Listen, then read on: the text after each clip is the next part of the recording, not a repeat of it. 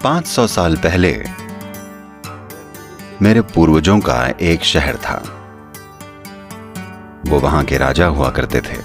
यह शहर 500 साल पहले धरती का सबसे अमीर शहर था। आप इसे चेक कीजिएगा, इसे हम्पी कहते हैं। और अचानक एक दिन कृष्णदेवराय बीमार पड़ गए।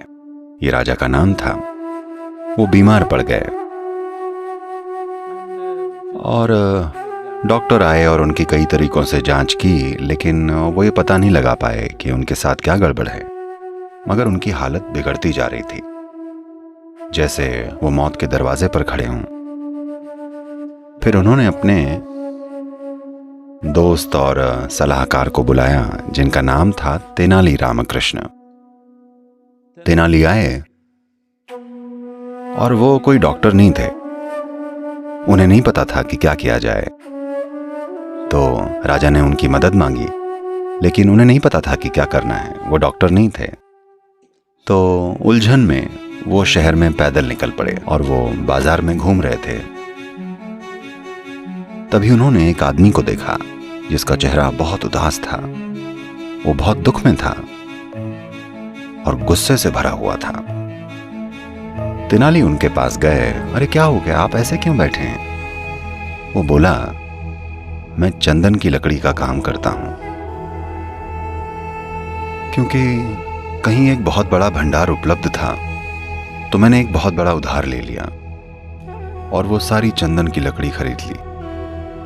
अब अगर मैंने इसे जल्दी से बेचा नहीं तो मैं बचूंगा नहीं। जिन लोगों ने मुझे उधार दिया है वो मुझे जिंदा नहीं छोड़ेंगे। केवल एक ही तरीका है जिससे मैं इस चंदन की लकड़ी को बेच सकता हूं कि राजा की मौत हो जाए।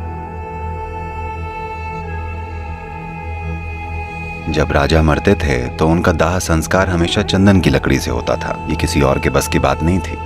तो उसने कहा, अगर राजा की मौत नहीं होती तो मैं नहीं बचूंगा। तेनाली ने उसे देखा, उसके दुख और गुस्से की तीव्रता को देखा और बोले, आप थोड़ी देर रुकेगा। वो घर गए, पैसे लाए और उन्होंने सारी चंदन की लकड़ी खरीद ली। वो आदमी बड़ा खुश हो गया और राजा ठीक हो गए।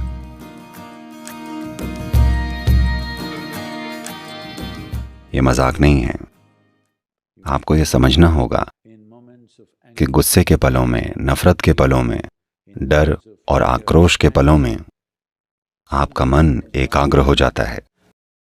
एकाग्र मन एक ऐसी चीज है जिसे कोई नहीं रोक सकता। फिलहाल सब लोग इस मोड में हैं कि वो किसी भी एक चीज पर एकाग्र नहीं हो पाते। इसी वजह से इतना सारा कंफ्यूजन है। अगर आपके पास एक एकाग्र मन है तो उसे कोई चीज नहीं रोक सकती। ये गौतम की अभिव्यक्तियों में से एक महत्वपूर्ण पहलू था जिसे वो लोगों के जीवन में लेकर आए। आप अपने जीवन पर काबू पा सकते हैं अगर आप अपने मन पर काबू पा लें। मैं आपसे भी पूछ रहा हूं, अगर आप अपनी मानसिक प्रक्रिया पर काबू पा लें तो आपका आनंदित रहना क्या ये मुश्किल होगा?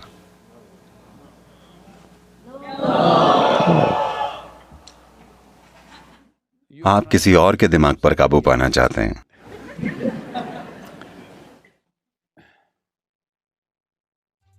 एक दिन शंकरन पिल्लई और उनकी पत्नी मैरिज काउंसलर यानी विवाह सलाहकार के पास गए। तो शंकरन पिल्लई ने परिचय दिया और कहा, हमारा शादीशुदा जीवन बहुत बढ़िया है क्योंकि हमारी जोड़ी इतनी शानदार रही है, क्योंकि मैं हमेशा चुप ही रहता हूं।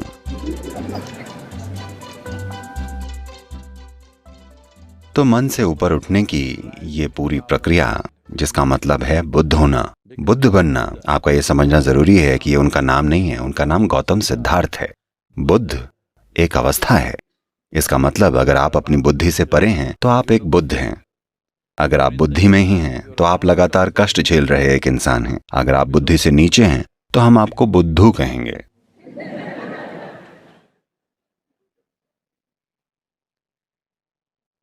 तो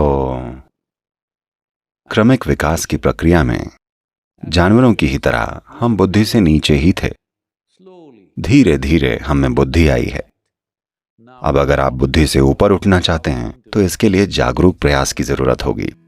धरती माता आपके लिए ये करके देंगी, इसका इंतजार मत कीजिए। ये लाखों साल बाद हो सकता है, पर आप यहां नहीं होंगे।